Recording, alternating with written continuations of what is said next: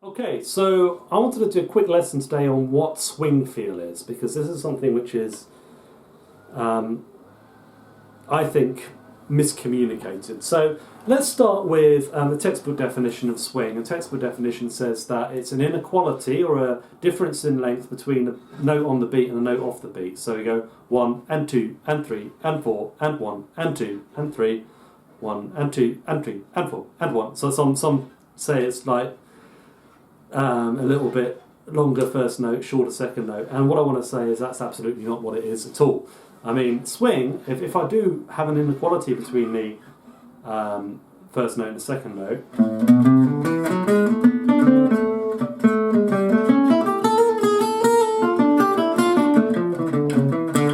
it's quite subtle. It's not this. What that is that's forced swing, right? That's an attempt to make the swing happen.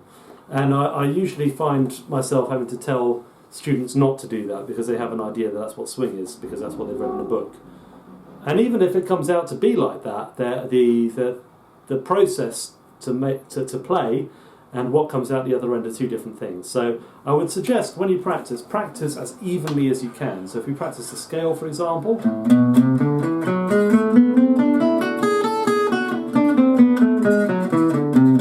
this is much easier to do with gypsy picking as well, because the thing about gypsy picking is it's hard to get that kind of boo-ba-doo, ba-doo, ba-doo, ba-doo, because your upstrokes and downstrokes come at funny times. So that's great, because that means you can't, it's much harder to do that. So don't try to do that, just practice nice and even. You know, your arpeggios or whatever.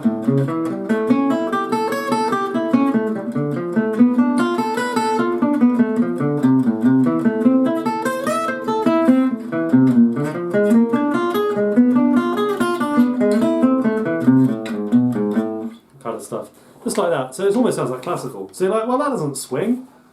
But the reason why it doesn't swing is because you're not playing an interesting rhythmic phrase. You just go da ba da ba da ba da ba da ba da ba da. And nothing you do is going to make that swing. The thing that makes it swing is if you're playing an interesting rhythmic phrase. So a good example would be the beginning of Django's solo on minor swing. Ba da ba ba ga da ba.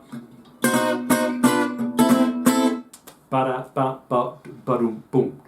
Boom boom boom boom boom. Ba ya ba ba do ba yo bum boom. Okay? So when you transcribe solos or listen to solos, try and get into the rhythms as much as the notes, because that's really important.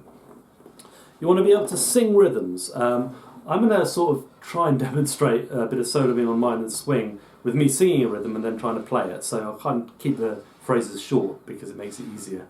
Okay? So, ba-doo dee ba-yo ba.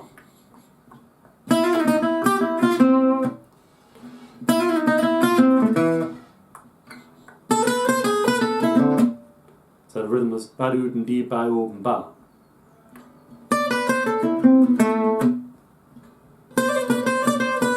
That's quite nice to have the twiddle in as well. Twiddle, even. Diddly ba ba doo ba yoo boom.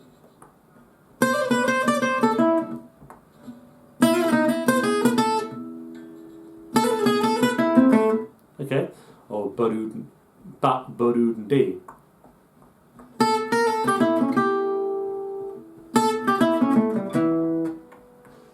Maybe if I have it going into the D minor chord. That's quite nice, isn't it? Ba dee ba doo ba boom boom. Ba doo dee. Ba doo ba ba doo doo ba boom. Let's try it again. That's nice. Ba doo ba ba doo doo ba boom.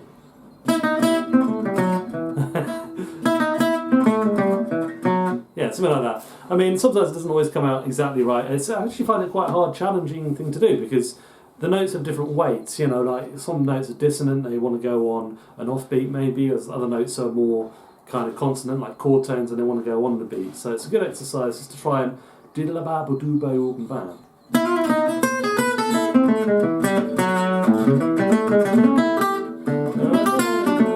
Diddle ba ba doo de yo.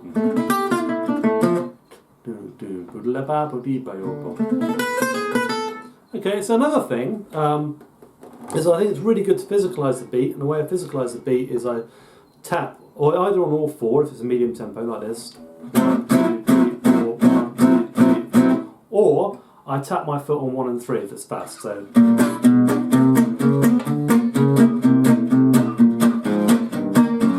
I'm of the school that believes that you should never tap your foot on 2 and 4. 2 and 4 is about the upper body. 1 and 3, you need to keep yourself locked in, nice and steady with your feet. 1, 2, 4, 1, 2, 3, 4, 1, 2. You can practice this on the metronome if that floats your boat. I mean, you can go. I won't fire the metronome now, so it's awkward. But I go 1 click, 2 click, 3 click, 4 click, 1 click, 2 click, like that. There's no reason why you can't do that. And try and get it in your bones, right? The important thing is you're not trying to put feel into your playing, by the way. You're trying to be accurate. But it's quite nice if you can kind of feel the beat in your body. And a good way of doing that is to walk or even dance, you know, in time to the music. So another way of working on your time, which is really good, and I've recently got heavily into this, is to record your playing. So I'm going to record a chorus on minor swing. And the tempo is going to be 1, 2, 1, 2, 3, 4.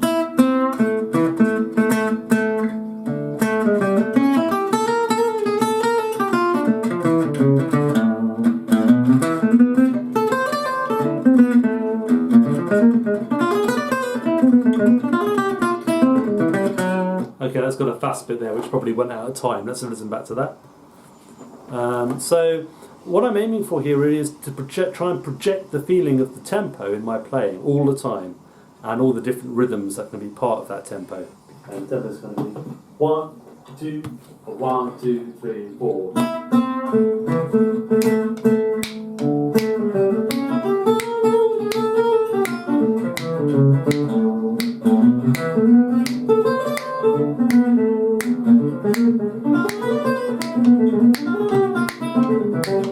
Hey, not bad. That's pretty good. Okay, so we're going to play along now. I'm going to play rhythm with it. 1, 2, 1, 2, 3, 4.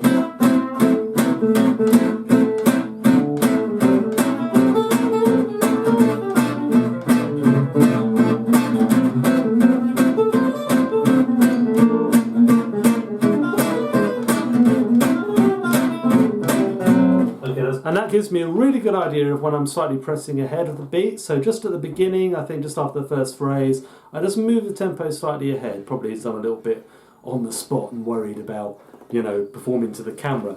And that sort of thing, like those psychological pressures are the things that are going to move you out of time. Another thing is technically not being able to execute what you want to execute, which is why we have to practice our technique. And the other thing which might affect you is if you're not really sure of the changes and you're worried about what notes to play. So that's another thing. So I find that exercise absolutely brilliant. Equally as good, if not better, than any amount of metronome work you can do.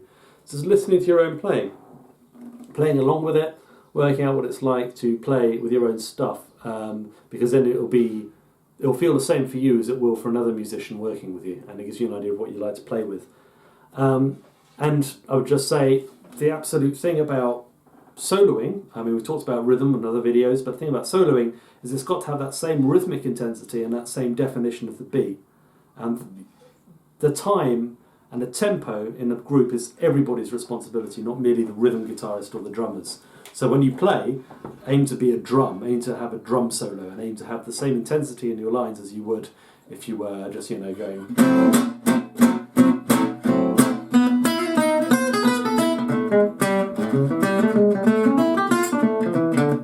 Doesn't necessarily mean play for loud.